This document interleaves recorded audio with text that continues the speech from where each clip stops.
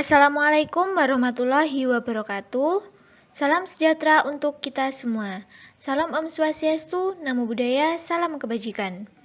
Yang terhormat Bapak Muhammad Hanafi selaku dosen pembimbing mata kuliah Manajemen K3 dan teman-teman yang berbahagia. Perkenalkan, nama saya Isnaini Salsa Fitriana, NIM 20811334094 dari jurusan Administrasi Perkantoran B Gunung Kidul tahun angkatan 2020. Pada kesempatan kali ini, saya akan menyampaikan mengenai materi yaitu sejarah dan peraturan perundang-undangan K3. Langsung saja untuk mempersingkat waktu, kita menuju ke slide yang berikutnya.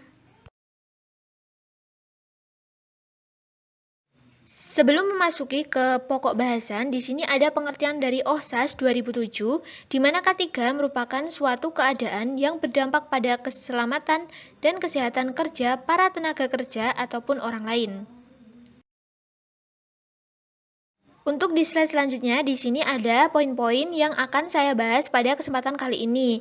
Untuk yang pertama, di sini ada perkembangan sejarah. Untuk perkembangan sejarah di sini ada zaman dan juga abad, yaitu yang pertama ada zaman prasejarah, yang kedua zaman bangsa Babilonia, yang ketiga ada zaman Mesir kuno, yang keempat zaman Yunani kuno, yang kelima zaman Romawi, yang keenam ada abad pertengahan, yang ketujuh abad ke-16, dan yang terakhir ada abad ke-18.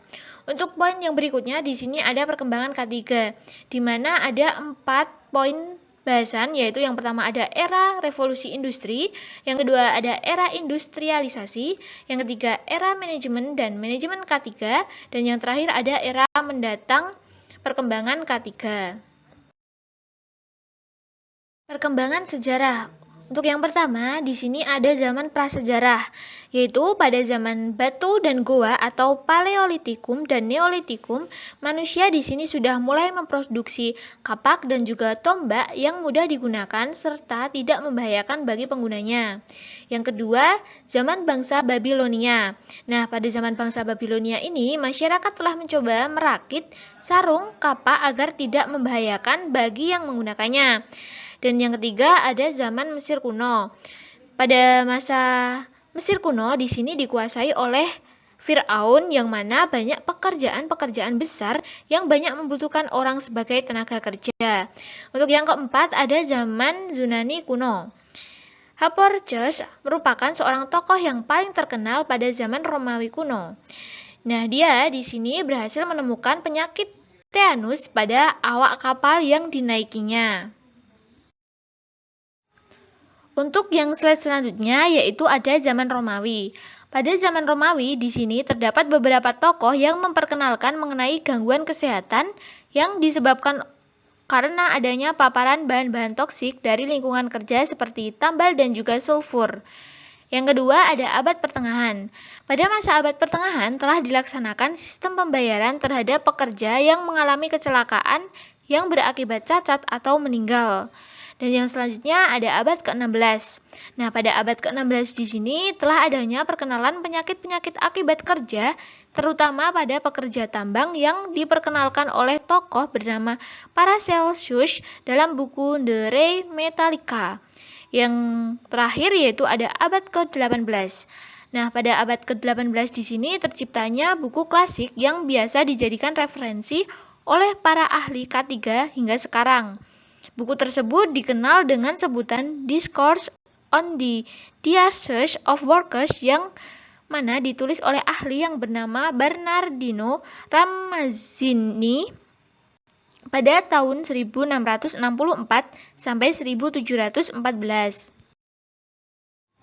Untuk set selanjutnya yaitu perkembangan dari K3.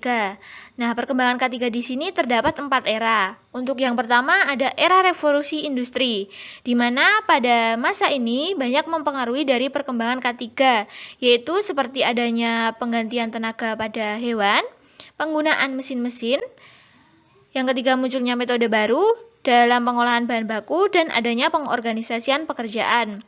Dan untuk yang kedua yaitu ada era industrialisasi. Nah, pada masa era revolusi industri sampai pertengahan abad ke-20, penggunaan berbagai teknologi semakin berkembang hingga K3 juga mengikuti perkembangan.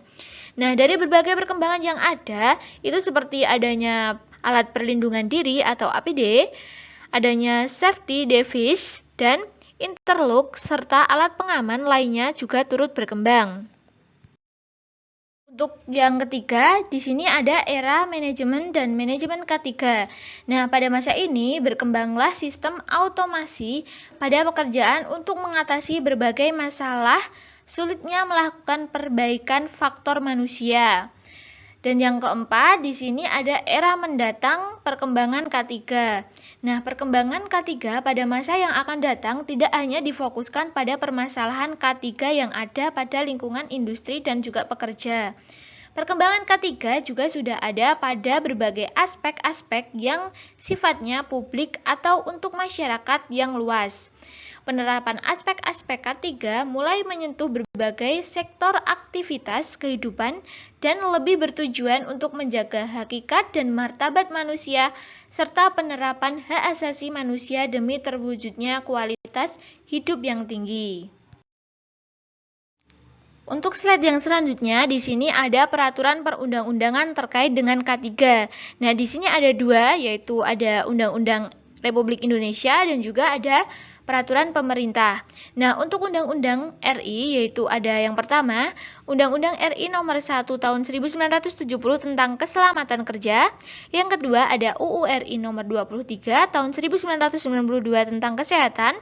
Yang ketiga ada UU RI nomor 13 tahun 2003 tentang ketenagakerjaan, dan yang terakhir ada UU RI nomor 3 tahun 1992 tentang jaminan sosial tenaga kerja. Nah, untuk peraturan pemerintahnya di sini ada 6 poin.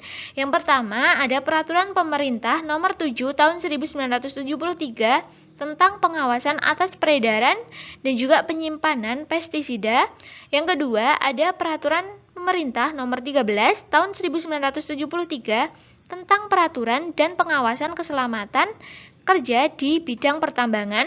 Dan untuk poin yang ketiga ada PP nomor 19 tahun 1973 tentang pengaturan dan pengawasan keselamatan kerja di bidang pertambangan. Dan yang keempat ada PP nomor 12 tahun 1975 tentang izin pemakaian zat radioaktif atau sumber radiasi lainnya. Dan untuk poin yang kelima ada PP nomor 11 tahun 1979 tentang keselamatan kerja pada pemurnian dan pengolahan minyak dan gas bumi. Dan yang terakhir ada PP nomor 50 tahun 2012 tentang penerapan sistem manajemen keselamatan dan kesehatan kerja. Mungkin itu saja yang dapat saya sampaikan mengenai sejarah dan juga peraturan perundang-undangan dari K3. Mungkin dari saya, mohon maaf apabila ada kesalahan atau tutur kata yang tidak berkenan. Sekian dari saya. Wassalamualaikum warahmatullahi wabarakatuh.